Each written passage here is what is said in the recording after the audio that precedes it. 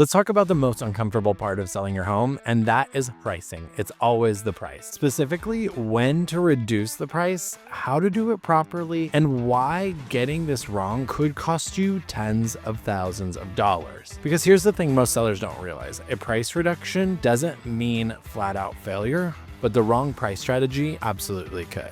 In this video, I'm breaking down the psychology behind pricing, the signs your price isn't working, and how smart sellers adjust without killing momentum or giving buyers the upper hand. If you're currently selling or you're thinking about selling in 2026 or just watching the market closely, drop a quick pricing in the comments below to let me know.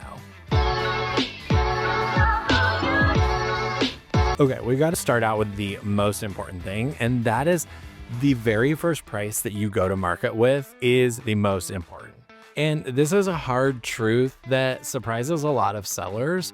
Your first price is the most powerful moment your listing will ever have. That first 10 to 14 days on the market, that's when buyer interest is at its peak. That is the premiere of your home coming onto the market. Your home's super fresh, it's new in the search results, and it's being compared against everything. And I mean everything else that buyers are actively considering. This is why it's so important, because this is also when buyers are the least forgiving. If the price feels off, even slightly, they won't negotiate. They're just going to scroll past. And I know it sounds dramatic, but that is the truth. They just scroll past. But here's the kicker. Once that initial window closes, something shifts psychologically and buyers start asking, why hasn't this home sold yet? Even if there's nothing wrong with the home. If you've ever seen a listing and you've thought, that seems nice, but why has it been sitting there on the market so long? Well, congratulations. You just experienced this exact mindset that buyers are going through as well. So tell me in the comments, have you ever skipped over a home just because you thought it had been on the market too long? I want to know right now. A lot of sellers also say to me, let's start a little high and we'll just see what happened. What have we got to lose? Well, if that first 10 to 14 days on the market is your premiere of your home, it is the first time it's hitting theaters, it's the premiere show. Listen, I get the logic.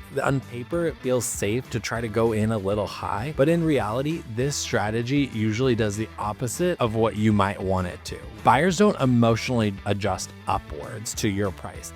They anchor in their mind downward. So they are looking down and thinking homes should always be listed lower than what they actually are. And when a home launches that's overpriced, the most qualified buyers, the ones who could actually afford it, never even see it. It misses their search range entirely. Meanwhile, buyers who do see it compare it to better priced options that are already on the market, and then they move on. They're gone. Then when the price drops later, the listing is no longer new and fresh, and so it's lost its appeal. It's now become that house that didn't sell. And that second wave of buyers is smaller, more cautious, and you bet they're negotiation focused. They're not coming in wanting to go higher. This is how sellers end up accepting less than they would have if they priced strategically from the start. And I've seen this before, where they come in too high and then they end up way lower than what they may have gotten if they had just come in at the right price from the start. If you've been tempted to test the market with pricing, you're not alone, but this is exactly where a strong agent earns their keep, because by coming in at the right price, you as a seller are actually going to net a higher price than you would if you came in too high and then started dropping the price. Those buyers who are qualified, they're already looking in their price range. So if you price too high out of their range, they're going to miss it from the start. Here's another pricing mistake I see all the time: tiny little price reductions. $5,000 here, $10,000 there, little tiny baby steps that give alerts to buyers because the price is updated. But from a buyer's perspective, that barely registers. They wonder why the seller is doing that. Why are they taking little chunks off? They're often looking at the percentage of the list price that it's been reduced. So when you reduce a $900,000 home by $2,000, that is a fraction of a percentage in a reduction of the list price. So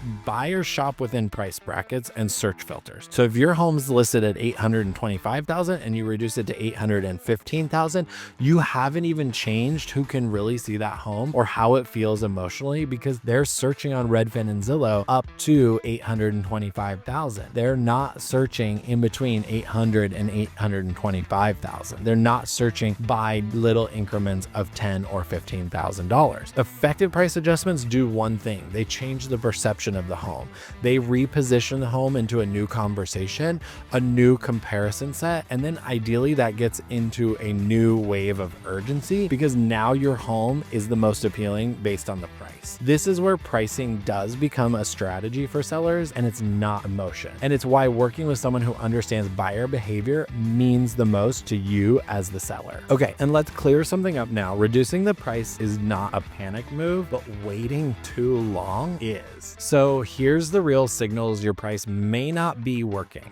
You're getting showings, but no offers. I tell my clients that if we've had 10 showings without any offer, then we probably need to talk about the price or who we're getting into the property. The other thing is that feedback sounds like we really liked it, but that might be an indication that price could be the problem. Or your listing views are dropping week over week, or your showings are dropping week over week. The market is giving you valuable information here, and the worst thing you can do is ignore it out of pride or fear. Smart sellers do adjust their price decisively and with intention and with the strategy that we just discussed. They don't nibble at the edges, or they reposition confidently, and then they regain control of the narrative because, again, now they're the most appealing home in that price bracket. So if your home's been sitting longer than you expected, drop me a comment. I promise you are not alone because I've seen this happen many times. This is really the part that most people don't talk about enough. Pricing isn't about just pulling a number from a spreadsheet. Trust me, I've made many spreadsheets about home prices. It's about timing, psychology, and market momentum, and knowing exactly when to act. A strong agent doesn't just list your home and then sit there and wait. They watch buyer behavior in real time. They track feedback patterns and get feedback for you weekly. They adjust strategy before the momentum dies, and then they guide you through tough decisions like pricing with clarity. This is really important. If your agent is avoiding hard pricing conversations, that is definitely a red flag. And if they're not communicating with you about the feedback, that's certainly a red flag. Your sale deserves leadership, not silence. And so if you're thinking of selling in the coming months and want a pricing strategy that actually protects your bottom line, that is the exact conversation that I love having with clients because we go into it realistically with a strategy. Here's the real takeaway I want you to remember. You cannot control the market as a seller, but you can control your price and then your positioning. Pricing isn't about guessing. It's about listening and acting strategically before buyers make up their minds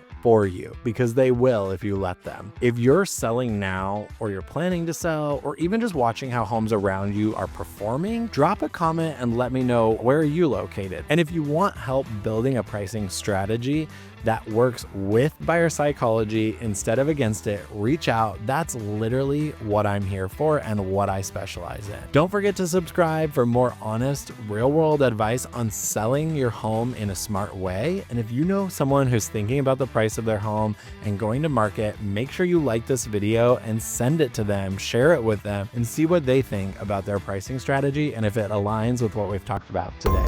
Thanks for tuning in. We'll talk to you next time.